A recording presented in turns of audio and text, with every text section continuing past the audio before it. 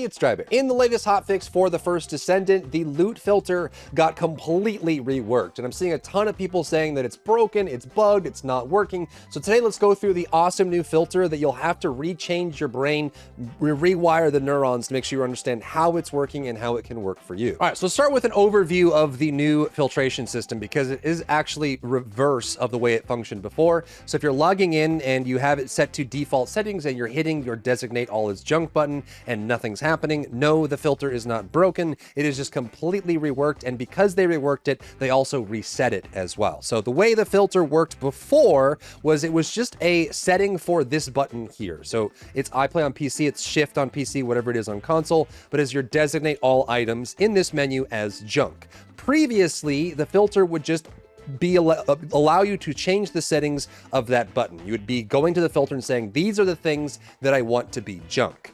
It is now the opposite of that. It is backwards from what it was before, which I think is an improvement, but it's certainly going to be very confusing at first. So now this filter, rather than marking things for junk, the settings you set here, if it passes the filter, will not be marked as junk or will be kept. So you're basically setting the settings for the items you want to keep rather than setting the settings for the items that you want to get rid of. So it's reverse. Same thing goes for weapons, reactors, external components. So now you just need to like switch your brain backwards on keeping the items that meet these conditions, and everything that doesn't meet these conditions will be junked when you use that global button. So with that in mind, let's go through each of the categories and talk about what's new, what's improved, and how you might set this up for best success. The weapons, I think, are very straightforward because most of the time you're going to find one purple weapon you use at early game, but then once you get to late game, you kind of stop using purple weapons unless you're like invested in one of them, you know, like an Eternal Willpower, Silly Weeper,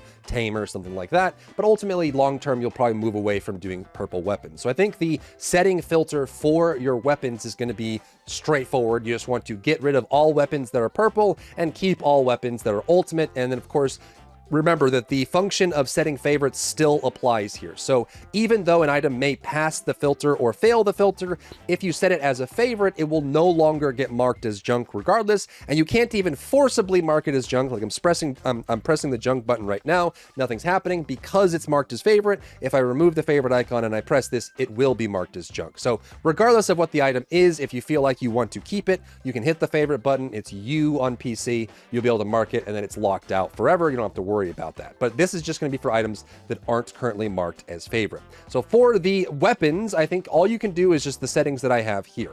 Just set the weapon tier to ultimate or higher, which means that if it fails to meet ultimate or higher, it will get marked as junk when you do mark all as junk, which means that if it's purple or below, and then set weapon level to 100. So that way you can keep anything, you know, if you have a new legendary weapon that you need to level up, you can just go do a mission real quick, get an item. But for the most part, I think your end game settings for this will just be, as you see on screen, ultimate or higher, level 100, exclude from junk. This setting just means that if a weapon has an enhanced unique ability, so if it is something that you have put a duplicate into, so if I unmark my piercing light, which is 2 out of 4 right now, and I were to set this this to like a extremely high settings, it would still fail to be included because it has upgraded levels, and hopefully this prevents people from getting rid of their battle pass weapons in the future. But so we're gonna have this set up here. Now if I hold shift and I do this, you can see it marks only purple items that are level 100 and below as junk. I can get rid of them. Boom, now they're gone, and it keeps the ultimate items as part of that. So that's the weapons. That's my recommendation for that. Very straightforward. Next, when we go to reactors and external components, you want to apply the same thought process here, but there's going to be a lot more involved because these are much more interesting with a lot more dials to mess around with. So if we go to the bulk exclude filter here, again, we are trying to set a setting for items that we want to keep, which means that the settings you set here is going to be the lower end bar for the items that you want, and anything at that bar or higher will never be marked as junk when you do the junk filter, and anything below that bar will. There is a very huge change here that is super important that made the old filter basically meaningless, and that is this here, this option right here, number of matching options to exclude. What this means and how it worked before is if you had this set to 1, you will sometimes get a item that has a, like, let's see, do we have a, like this item here. Say we had skill critical hit damage and skill cost set as our filter. Now we wanted every item to have gold or gold only stats. Anything below gold would fail. In this case, because it has a gold stat that we like, it's going to pass the filter because we have a setting for only one stat to be checked. And this is how it worked before, which kind of made the filter useless in my opinion, because if you wanted all the items to be filtered that didn't have double gold stats, you don't want to keep the ones that have a bad second stat that's blue just because one of the other stats passed the filter. So for this, I'm going to recommend setting this to 2. What this does, it says that do not exclude it from being junked unless both of the listed stats meet these conditions. It has to be both of the stats. It's an AND gate. You have to have both of them matching. If one of them fails, it will mark it as junk anyways. And I personally think this is going to be the best way to use this filter so you can have that.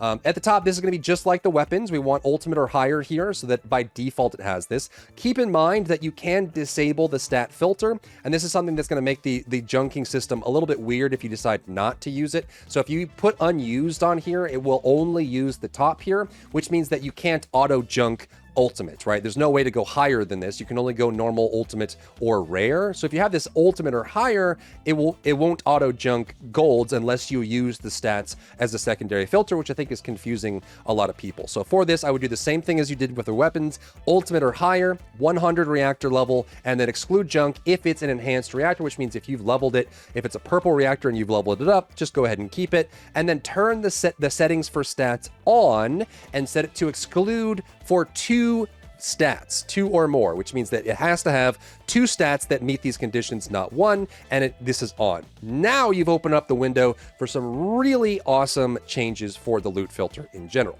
Now keep in mind that this was before you were setting the settings for junk. Now you're setting it for reactors that you want to keep. And in this case, you can go down here and say a rarity option. This is what I would recommend if you're pretty much like at a good end game level. Like this is where I would put things for that. I would set all of these to rare or higher, which means you don't want any blue stats. If an item has blue stats, it will fail the filter and get set as junk, even if it's like a best in slot gold reactor with a really good gold stat. If the other stat is blue, get rid of it. Now, you may want to, if you're not as far into the game as I am, like you're early on into like hard, you may want to just turn this off and just get rid of purple reactors for the time being until you get a good setup. But once you have most of the reactors you're looking for, I would recommend just setting rare or higher, and this will make sure that both of the stats on the reactor are rare or higher. Now, as far as end game options go, I think skill cost, skill cooldown, skill duration up, skill effect range, crit rate, crit damage, and then elemental boost power ratios, as well as ability type boost power ratios are all going to be very good options for your reactors. HP heal modifier still can be good in some cases, though you could probably set this to like ultimate or higher if you'd like to make sure it's always a gold value. I would keep a Colossus, and then for me personally, I like to just automatically dismantle anything that has sub attack power or attack power versus a specific legion. You only really run these on like mobbing weapons where you can put all 3 of these stats on the reroll, so you can get the power there. And most of the time for reactors, you're just boosting up your boss killing damage, not necessarily the damage that you do to a specific legion, unless you really wanted to make like an invasion reactor for a specific invasion, which is like super advanced. So personally for me, I like having these at dismantle, and then you put everything else at rare or higher, HP heal modifier at ultimate or higher, and then set this to exclude to use, and that's that there. So if we hit this here, we'll notice that we have some reactors here. We have 2 purples, and then we have a gold, and we also have a gold that has, it's like an ultimate level reactor, it's level 100, and it has gold skill crit damage. But if I hit this button, you'll notice that it still gets marked. And the reason for that is because I have it set that both stats need to pass this filter. If both stats don't pass the filter, skill cost in this case being blue quality will fail the filter. It still gets marked as junk, and then I can pop this, boom, now they're gone. Same thing goes there. Next, let's talk about external components, and this is where it's going to get kind of, this is probably the most like conditional niche setup, because you're still going to be wanting to run, like there are things like Tomb Vanguard, there's things like Glacial, Battle Aesthetics, Veteran Marksman. Some of these sets for purple are actually still quite good at endgame, and you may even want purple external components that have really good rolled stats on them, so you can farm things like consumable drop rate, character XP modifier, module drop rate, Kuiper shot drop rate. Like, so you want all of those to be set up here. So for the external components, this is what I would recommend for this. You set rare or higher at level 100. It doesn't really matter. You do want to junk anything below level 100, because ultimately once you're endgame, you want every reactor to be 100, or every external component to be 100. In this case, you do want to set this to exclude junk. This one, instead of it being like an upgraded weapon or an upgraded reactor, this one says external components with set effects. With the setup we have here, it won't matter too much, but this will just mean that, like, if you have like a normal, like HP support, defense support, shield support, external component, it doesn't count as being part of a set. But if it has a set bonus, like it's part of a set of externals, then in this case, it will exclude this. Even if an external component fails the filter, it will still not be set to junk, because you're saying that it has a set effect. Just go ahead and hold on to it. If you have your settings set perfectly, very narrowly, like I do, it shouldn't matter for me if I have this, because I still wouldn't want set items that don't meet these filters, but you can have this on by default so you don't get rid of those set effects, because not only are the sets good, but also late game farming these level 100 for the purple sets is actually quite annoying, so you want to keep that in mind. Next is going to be just like we had for the reactors, these three options here. Again, if you turn off the settings, all this button does, I don't know why they say use or unuse. This is quite literally an on or off binary button. So when you set to unused, it's only going to use the settings from the top.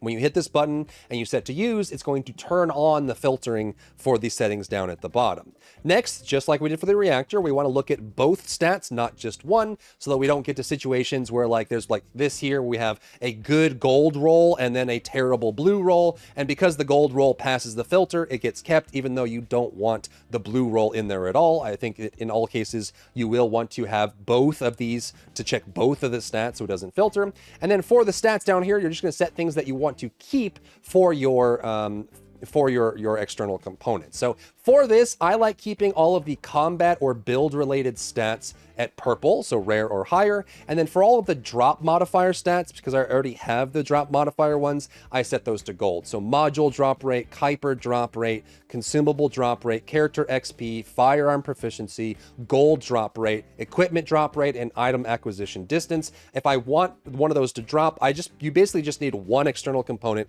that has that at max value, and you have that in your collection, and you hold on to it, and that's it. You don't need blue versions of these. So I have these set to ultimate or higher, which means that even if it passes the filters, but it has like a purple equipment drop rate, just get rid of it. I don't want to see it. It's not going to be used for combat, not going to be used for bossing. I'm not going to use it for dungeon runs. I'm only going to use it for farming, and I want it to be the best possible rolled stat, and I want to exclude anything that goes along with that. Then again, for all of the combat related build items like MP recovery, shield, MP, you can even do this to like dismantle, because DMBNO is kind of useless. And then you can have all these set to purple. And then when you come down here, I would actually set the Asive, I say Asive display time down to dismantle. What you could do is you could keep Asive search radius. This has one use and one use only in the entire game, and that is for your can opener Enzo. You can actually run Asive search radius modifier. This will increase the distance at which Enzo can, or any character really, can detect vaults. So when you have this on, you can double your search radius when you're in a map looking for a vault. So having that there is nice. If you already have a gold stat for this, you can just set this to dismantle. I don't care about it, get rid of it. And again, once we have all these set, use the stat rare or higher 100, exclude junk if it belongs to a set, or apply these as well, look for double stats. And then when you do it, you can see that it's going to just start junking specific ones. But you'll notice that a lot of these didn't get junked because they apply to that, right? So for this case here, because it's part of a set, it will go along with that. Again, that's why I said earlier that for this, if you have this like really narrowly set, you can turn this off. And if we do that, it's now going to junk a lot of these because they don't, they don't have good stat setups on them. This one passed because it passed the stats and it's part of a set, but it doesn't have the same stats there. So I can very easily get rid of those and get them. Boom, they're gone. Get rid of them. So that is the setup that I would use for external, for reactor, and for weapons. I hope this clears it up for a lot of people that are frustrated with the new system. Again, you're setting the items you want to keep.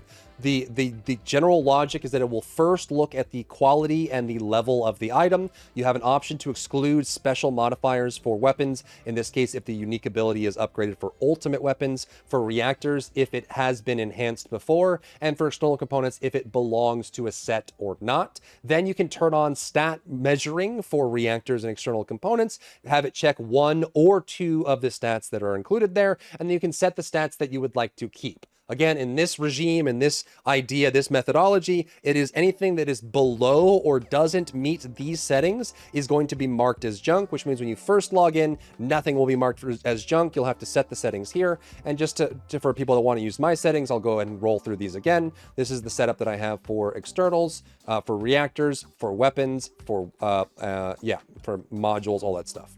So include junk. I would set this here once you have a lot of sets already set up for you, or stuff in your storage that you're ready to go with, and have it set up here. And again, if you'd like, you can set this to dismantle, just if you don't really have anything set up. I don't have a perfect roll in a sieve search radius yet. I have like a 78, so I'm still looking for one, but if you are looking for specific things. And also, one thing I should mention as well is that when we start going into Reactor of the Week, this system becomes even more useful, because when we're talking about doing Reactor of the Week, if you are target farming something very specific, and this is super useful for this as well. So if you were like, you want to get a toxic tech reactor, you're farming like the Haley reactor. Like last week, everyone was farming a Haley reactor, which was a, chill singular with crit damage or whatever they wanted on it. When you're target farming something, you can then set your settings to be even more strict. So say, for example, you were target farming the Haley reactor last week. You could now use the new filter if it was available. Come to this, go to reactor, include junk, and then set only the 2 stats. So like if you wanted to do skill crit damage at ultimate and like chill skill power at ultimate or something like that. Set the rest of them to dismantle. Spend all day farming reactors and keep hitting the junk button, and the only reactors that will pass this filter based on your settings will be the ones that are the one you're target farming. Just remember to reset it when you start when you leave that specific farm again. If you found value in today's video, leave a like down below, leave a comment for the algorithm to help this video get seen by more people, and don't forget to check out my other channels for other content and other stuff and other things.